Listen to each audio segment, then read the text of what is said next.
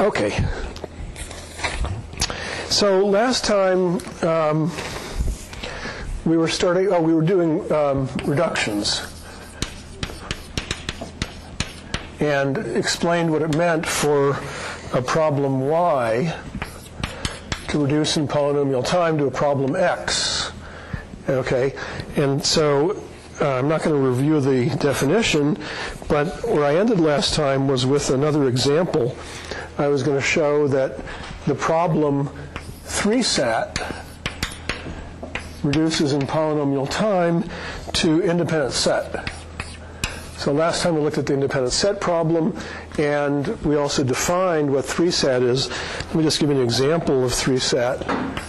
x1 or x2 bar or x3 and x1 bar or x2 bar. I'm not sure whether that's 2, but we'll see later. Or x4 bar. So there's a little question about what that is. And x2 or x3 bar or x4. Okay, so we have 3 clauses. Each clause has 3 literals, and it turns out there are 4 in this formula. There are 4 variables: x1, x2, x3, and x4. So 4 variables. A variable either negated, this is the not sign, or unnegated, x2 is over here, that's called a literal. Okay, just to get the terminology right. And what makes this an instance of 3-sat is that they only have 3 literals per clause. It's not the fact that we have only 3 clauses. We could have many clauses. And it's a satisfiability problem. The question is, can we assign true and false values to the variables to make this whole formula true? And I said you assign the values to the variables, not to the literals, because we have the rule that if you make a variable, let's say x2, true, that automatically makes x2 bar false. Okay, so you can't assign truth and false values to x2 and x2 bar independently. They're linked. Okay, now in this particular one, we could, this looks like it's pretty easy to satisfy, right? We could just make x1 true, and yeah, we've got plenty of, if this is an x2 here, we can make x2 false, which makes this true, and then make x4 true. So because ORs only in each clause only require a single literal to be true, we just need to see that there's one way of making each, picking one literal that becomes true. And then we have the and between the various clauses. So we need one in each clause that ends up being true. And we have no contradictions here. x1 is true, x2 bar is true, which means that x2 is false, and x4 is true. So it all works. So certainly we can make this true. But the 3-sat problem, the problem is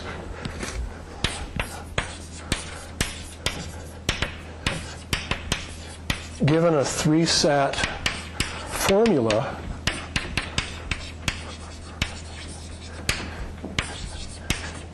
can it be made true? And we're interested in algorithms that answer that kind of a question. So this is our problem. Let's say it's the y problem. If we look at y reduces to x. So this is 3-sat as our y. Okay. Now, what's an obvious way of solving this? We actually, Michael mentioned last time, which is what? Yeah, you can build a truth table. And what's a truth table? Well, it really is just an enumeration of all possible ways of assigning truth and false to the variables. And if we have n variables, so in a truth table, For 4 variables, there's 2 to the 4th different ways of assigning true and false to the 4 different variables. So 2 to the 4th is 16, right? So we would have a table here which was, like true, true, true, true, true, true, true, false, etc., all the way down to false, false, false, false. And for each one of these, we could evaluate whether, so this is x1, x2, x3, x4. If you made them all true, would this satisfy it or not? Well, x1 true would make this true. Actually, no, here we wouldn't be satisfying this clause if we made all the variables true. So in this assignment, it would be false. And in the next one here, it would be true, right, etc.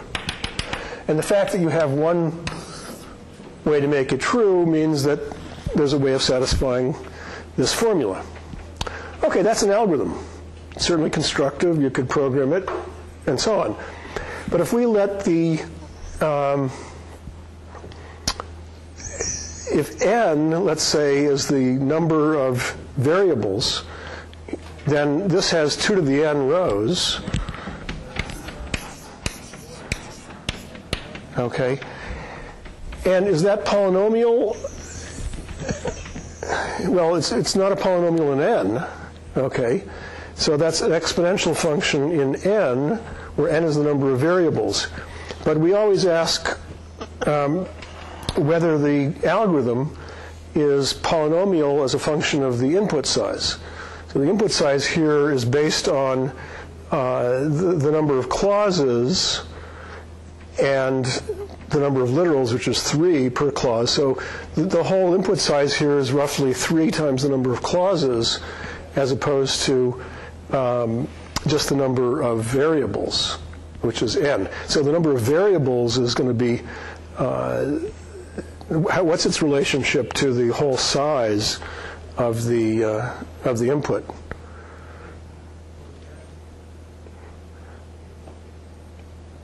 Well, every variable shows up at least once, okay? So the total size of the input is certainly bigger than just the number of variables, all right? So if we say that it's exponential in the number of variables, we haven't yet said that this method is exponential in the total input size, if the total input size is our parameter. Nonetheless, we can cook up examples and parameterize them so that they get bigger and bigger, so that the truth table method is in fact exponential in the input size. It's not polynomial. Everybody understand the subtlety? I mean, I kind of threw in a wrench here. It would have been simpler just to say, look, that's exponential, not polynomial. But the real thing you have to look at is whether it's exponential or polynomial is a function of the input size. And this exponential is a function of just some part of the input. Okay? So, yeah. No question? Oh, you looked like you were asking a question. Okay. All right, so that approach, that just straightforward building a truth table, is not a polynomial time algorithm. And in fact, nobody knows a polynomial time algorithm, an algorithm that can solve this problem that's deterministic, always correct, and has a worst case running time bounded by a polynomial function of the input size. We just don't know one. Okay, and we'll get some additional evidence later that we probably won't have one, but at least it's certain that right now nobody who's made it public, if they do know it, they haven't made that public. So, and there could be some reasons why people wouldn't make it public, but it's a pretty good guess that nobody really has a polynomial time algorithm for this problem. All right. But what I wanted to show you was that the 3-set problem can be reduced in polynomial time to the independent set problem. The independent set problem was the problem that you're given a graph and you're given a target, and you want to know whether there's an independent set of that target size. That's the way I framed it. Or maybe even one bigger than the target size. And again, what's an independent set? It's a subset of the nodes that are in the graph, such that no 2 nodes in that independent set are adjacent. So, to do the reduction, last time we had a formal definition of what reductions mean. Essentially, it means that I have a polynomial time algorithm. I have an algorithm that does some work that can take in any input, any instance of problem y. So here we're going to take any instance of the 3-sat problem, and it's going to do some polynomial time work and create one or more instances of the independent set problem. Actually, it can do this interactively with the black box. And then it's going to feed the instances to the black box that solves independent set, and then based on the answers that come out of the black box, spend some polynomial time to figure out what the right answer is for that instance of 3-sat. And if you remember, we said that the number of calls to the black box is bounded by a polynomial function of the input size. Okay, so in the reduction, we can do some polynomial time work, call the black box, maybe do some more polynomial time work, call it again, etc. That's permitted under the definition of reduction. But if you remember the reduction we did last time, which was vertex cover reduces to independent set, or we did the other way around, one question I should have asked then but didn't, the definition of reduction allows a polynomial number of calls to the black box. But in this actual reduction, how many calls to the black box did we make? Just one. Now 1 is a constant, so that's certainly bounded by a polynomial function. And it's very common that even though the definition allows many calls, as long as the number of calls is bounded by a polynomial, most reductions that we know only make one call, and that's fine. Okay, so in fact that's what's going to happen in the 3-sat reducing to independent set. And I'm going to do this, show you the idea of the reduction just on this particular example. So in comes the input. That's consider this example as an example of arbitrary input arbitrary instance of a 3-sat problem. And my polynomial time reducer is going to produce a graph that's going to look like this. It's going to have one triangle for each clause in the input. So the reducer, which is an algorithm that works in polynomial time, reducer produces one triangle for each clause.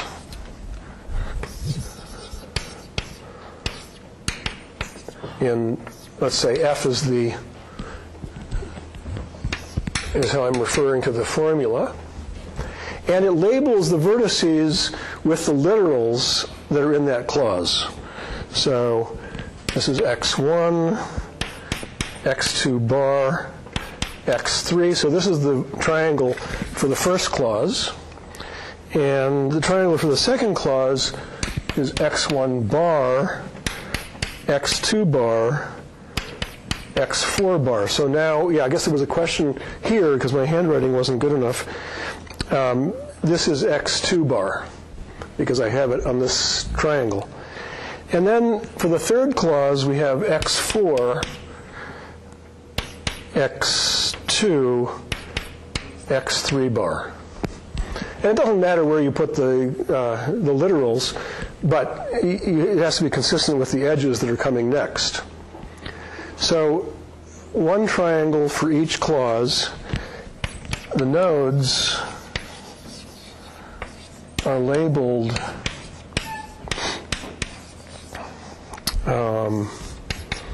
by the literals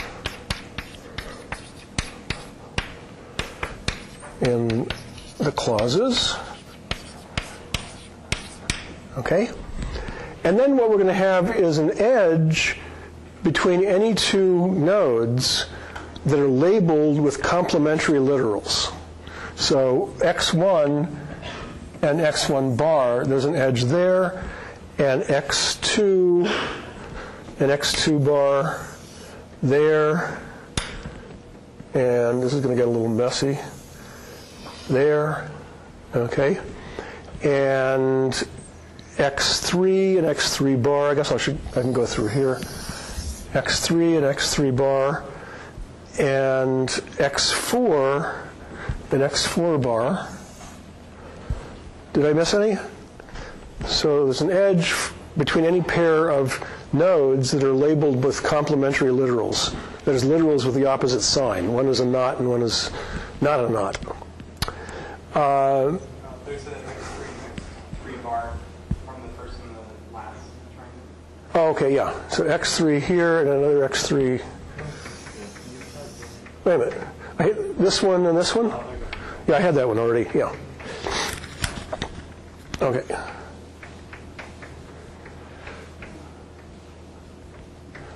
Okay. So there is an edge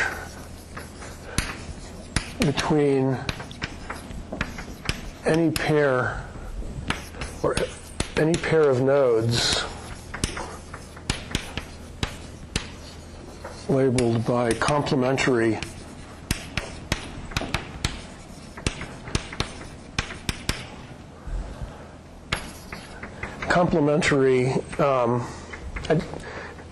that little ambiguous mark there just to hide the fact that I don't know how to spell complementary in this context. It's either an I or an E, so take your pick. Complementary, by complementary labeled literals, or complementary literals. Okay, this. Okay, then we claim F is satisfiable if and only if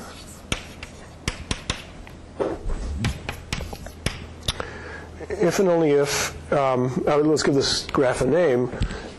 Let's say GF. That's a graph that was based on F. If only if GF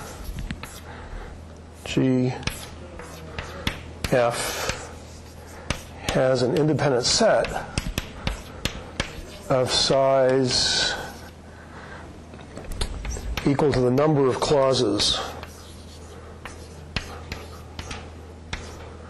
of F. Okay? So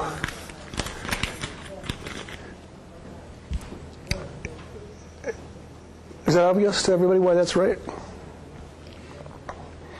Okay, well, let me go through a little bit of the justification. So first, let me just illustrate what it's saying. So we want to know whether the formula is satisfiable. It's satisfiable if and only if the graph that was just produced, and here's an example of it, has an independent set. And what's the size of the independent set? It's equal to the number of clauses in the formula. So it's equal to the number of triangles. Okay, so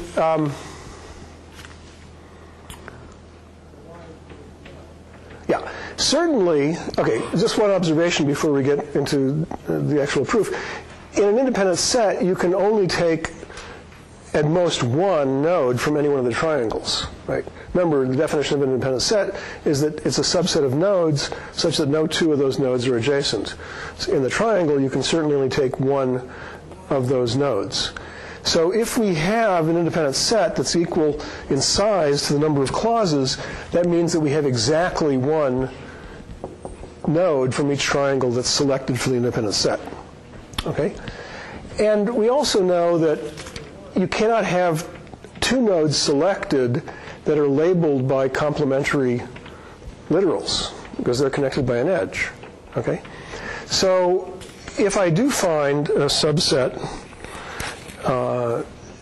that is an independent set with one in each triangle, let's say I take x1 there, and then I take x2 bar, and I take x4, okay, that's an independent set of size equal to the number of triangles, size equal to the number of clauses.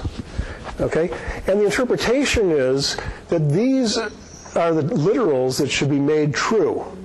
So the variable is set true or false. The associated variable is set true or false depending on whether the variable is negated or not. So this is, I should set x1 true, x2 false, and x4 true. And that's an independent set. That selection is an independent set, and it's also a way of setting the variables, choosing truth and false for the variables, that makes the formula true.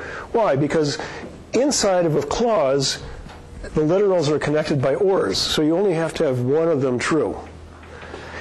And between the clauses, they're connected by and, so you have to have at least one true in each clause. But if the size of the independent set is equal to the number of clauses, and since you can't have two in a triangle, if the independent set is of size equal to the number of clauses that's equal to the number of triangles, we have one that's selected in each clause.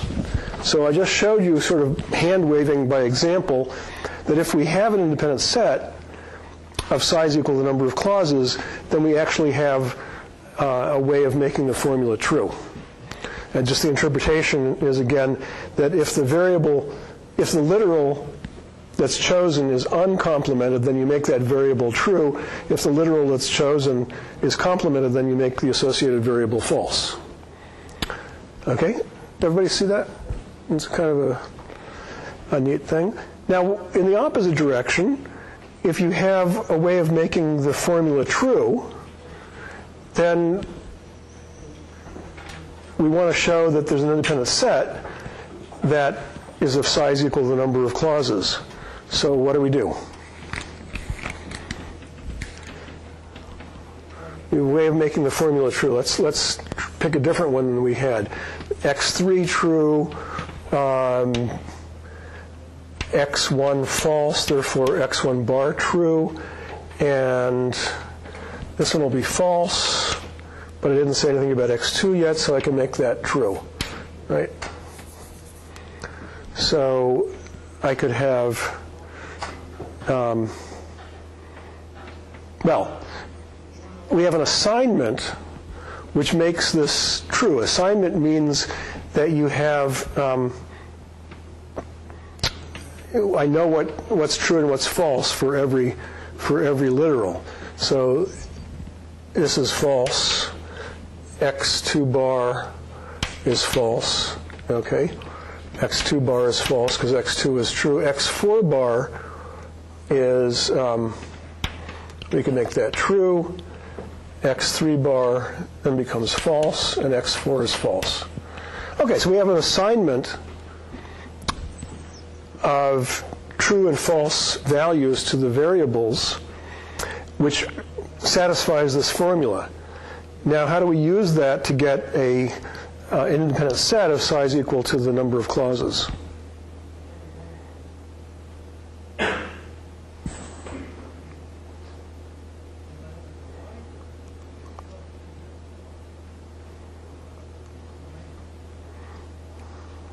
Yeah.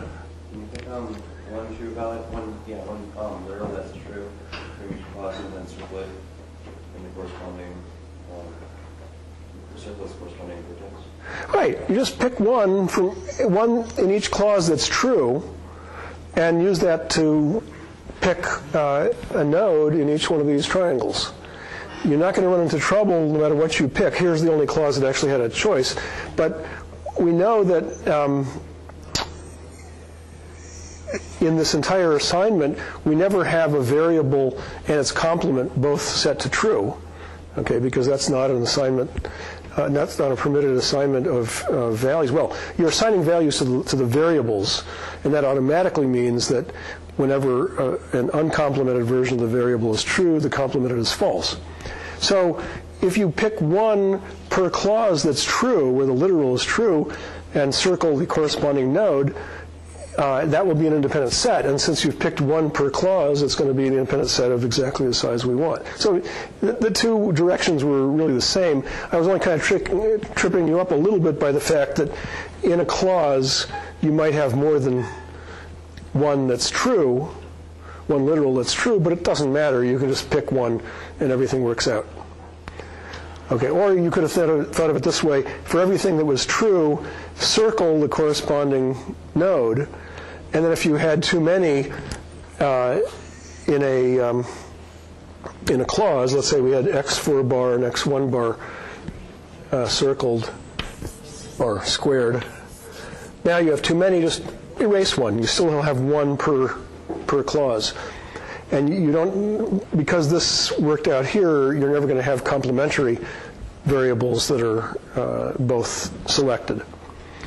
Okay, so that's a reduction. It certainly just takes polynomial time as a function of the input size to build the graph. You're building a triangle for each clause, and then you're looking for at each label for its corresponding label. All that stuff is rather trivial and immediately implemented in polynomial time. Polynomial is a very big bound, and you can try to be clever about building this graph, but you don't even need to be. For the purposes of reduction, all we care about is that it's polynomial time. So if it takes you n squared time or cubic time or whatever, that's still polynomial. And this thing says that what we do once we feed this instance of independent set into the black box, and it's looking for whether there's an independent set of target size equal to the number of clauses. So this is the target size. So we feed this instance a graph and a target, which is equal to the number of clauses, into a black box. And the outcome's yes or no. Either there's an independent set of that size or there isn't. If the black box says yes, then the answer to whether there's a way of satisfying the formula is yes. And if the black box says no, then the answer is no. So we have, and that clearly, that's polynomial time to interpret the result of the black box. So we've shown that 3-sat reduces in polynomial time to the independent set problem. Okay, so now you've seen two examples of reductions, and the notion of polynomial time reduction is really at the heart of the whole theory of NP-Completeness. So now I'm going to get into NP, although maybe I should, actually two things I wanted to say before I get into NP exactly. Y reduces in polynomial time to x, and x reduces in polynomial time to z, okay, implies that y reduces in polynomial time to z.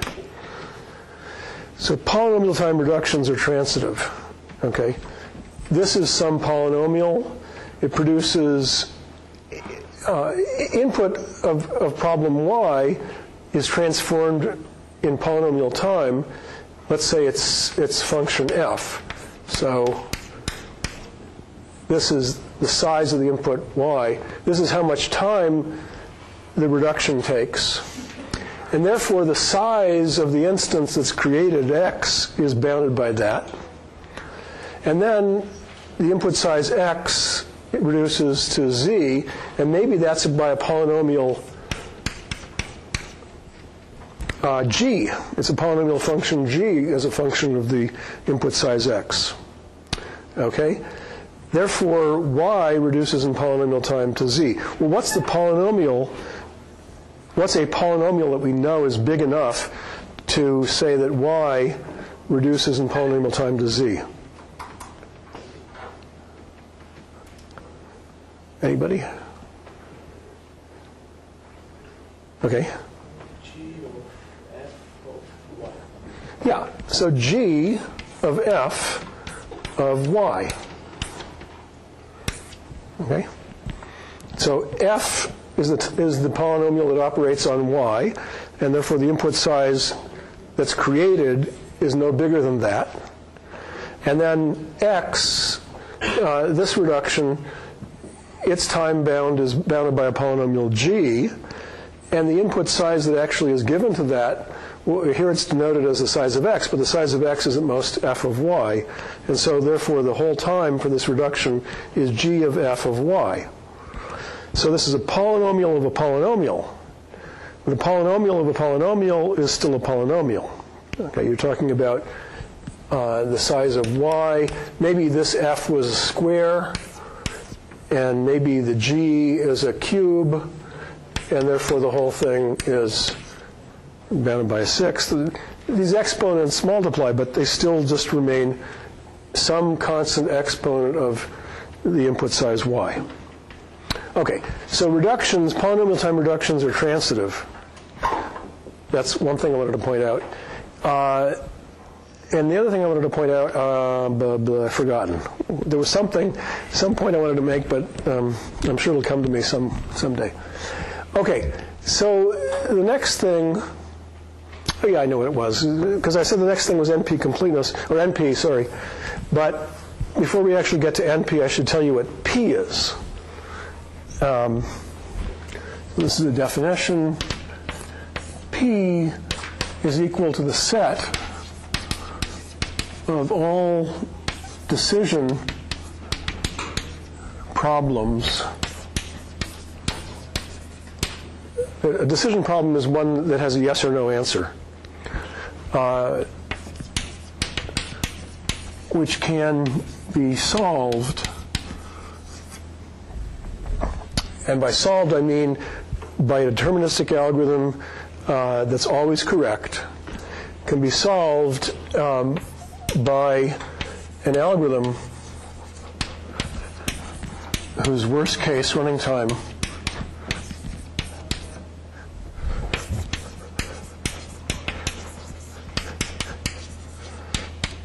is bounded by some polynomial function, polyfunction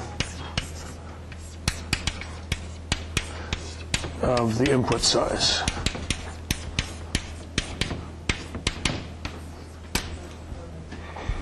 Okay, so we've seen problems in P, okay? Although a lot of problems that we looked at were not cast as decision questions, we can always, we can typically convert them to become decision-type problems. So, for example, we looked at the problem of scheduling intervals. What was the maximum number of intervals that you could select which were pairwise non-crossing, non-overlapping? That was a maximization problem, but we could have just cast it as, here are the intervals, the input is the intervals in some target, and ask, is there a set of intervals that are pairwise non-crossing of size at least as big as the target? That's a yes or no. And we saw an algorithm for that, which was, in fact, linear time, I think. So that's certainly bounded by a polynomial. That's just order n, where n is the number of intervals, and so that's n raised to the 1. So that was certainly a polynomial. And every other algorithm that we looked at in every other problem and its algorithm that solved it that we've seen so far, other than building a truth table, has a running time that's bounded by a polynomial function of its input size. So we're quite familiar with this class P. Okay? That was P of the good guys. All right. Now, unfortunately, not all problems have solutions that are known to be in P, or solutions that are in the class P. So independent set is an example, satisfiability is an example, vertex cover is an example. All of those problems can be solved by fairly straightforward brute force enumeration, but when you enumerate in that way, you get into exponential time. There's an exponential number of possible solutions. So, for example, for vertex cover, the problem was: is there a subset of a particular target size or less, which is a vertex cover? Well, you could enumerate all subsets of nodes of that appropriate target size, and just check each one to see if it's a vertex cover. Now, if you make your target size 5, independent of the input size, then that's a polynomial. It's if n is the number of vertices, the number of subsets of size 5 is bounded by n to the 5th. Okay, But if instead you're considering the class of problems where in comes the graph of size n, and your target is always n over 2, okay, then that brute force enumeration is going to enumerate roughly n raised to the n over 2 different subsets, and that's not a polynomial. Okay, so we have all these problems where we don't know algorithms that put the problem in class P. So there are many problems, actually huge many problems, that are not known to be in P.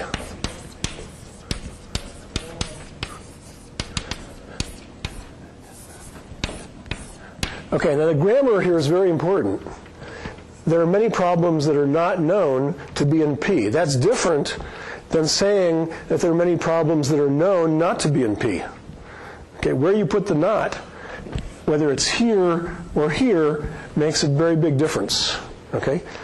Problems are not known to be, we don't know that they're in P, we also don't know that they're not in P, we just don't know. If I put the not here, then that's saying there are problems that are known not to be in P, which means we know that they're not in P.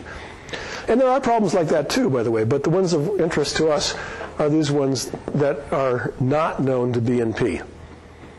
Okay? However, for these problems, the ones that we're going to be talking about, they have an interesting property that, however, there are algorithms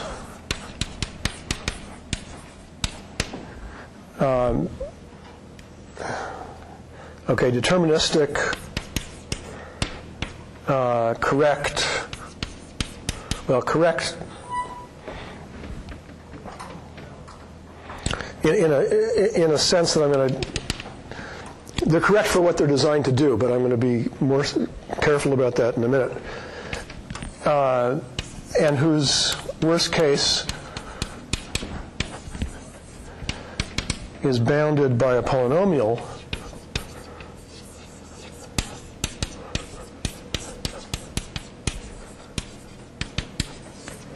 function of input size, which can check a proposed solution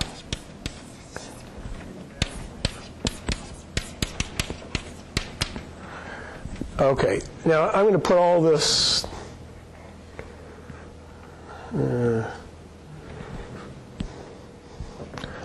let's put the whole thing in quotes, which means this isn't quite right. Okay, but this is the intuitive starting point where we're going to start. Okay, and then we're going to make it more precise in a way that is difficult to parse, which is why I don't want to just jump in on the purely technical without trying to give you some intuition of this first. Okay. Now, first of all, what do I mean by checking a proposed solution? So let's think back. Well, take your favorite of these three problems that we've talked about: independent set, vertex cover, or satisfiability. Who has a favorite? Okay, vertex cover, good. Okay, so into vertex cover problem, an instance of vertex cover is a graph. Okay, and a target, 3. So an instance is a graph and a target, and the problem is there a vertex cover of size 3? Okay. Well, what's a proposed solution? In this case, is a subset of nodes. All right. So this one, I was trying to keep my eyes closed, but no, close enough. All right. So I picked 3 nodes randomly. Okay. That's my proposed solution. Now, is it a vertex cover or not? Actually, amazingly, it is. That's good. But my point is that I can check it. You can check it. Okay? If I said go out and design an algorithm or write a program that can take in a graph, a target, and a subset of nodes, and decide whether that subset of nodes is a vertex cover of size equal to the target, you could easily write a program to do that. And that program would very easily, if you were at all sensible, have a running time that was bounded by a polynomial function of the input size. It's just a rather trivial, straightforward kind of thing to check whether a set of nodes is in fact a vertex cover of the right size. Now let's say I propose those three, then your algorithm would look at it and say, well, there's this edge here that is uncovered, so this is not a vertex cover. Okay, so your algorithm could easily check whether the proposed solution is in fact a solution to the problem. Okay, so what would we do in the case of a formula in 3-sat? What's the proposed solution in that case?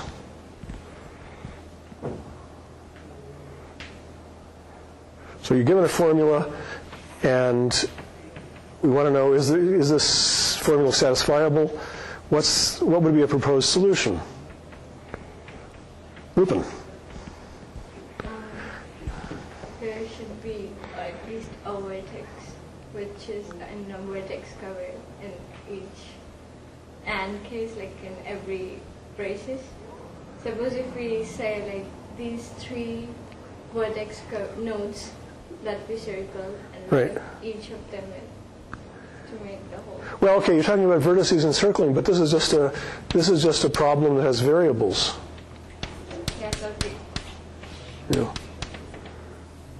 So what's a proposed solution?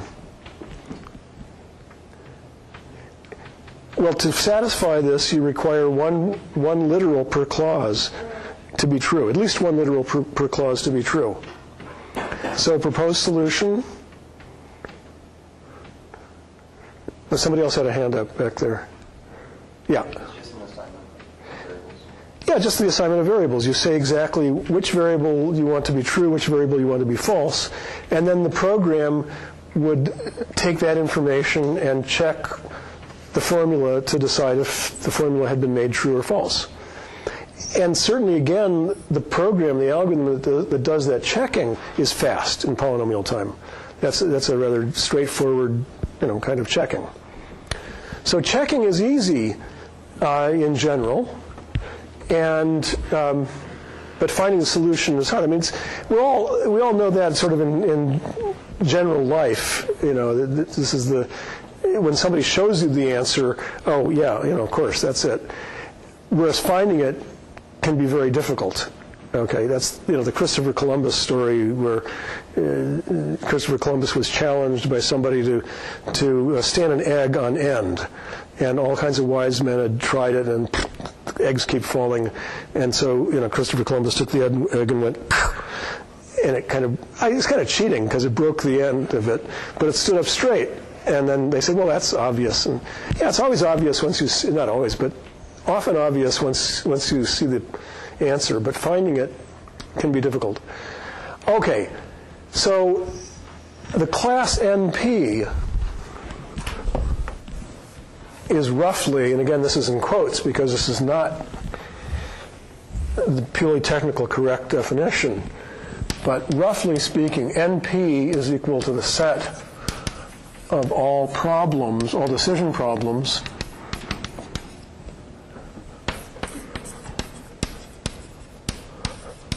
where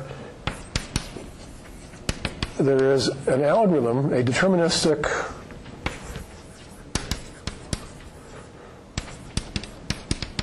always right, always correct algorithm that can check a proposed algorithm a proposed solution, sorry.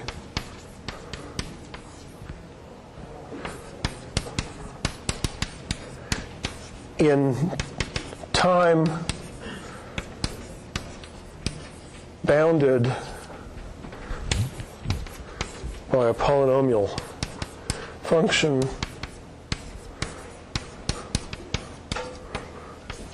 of the input size.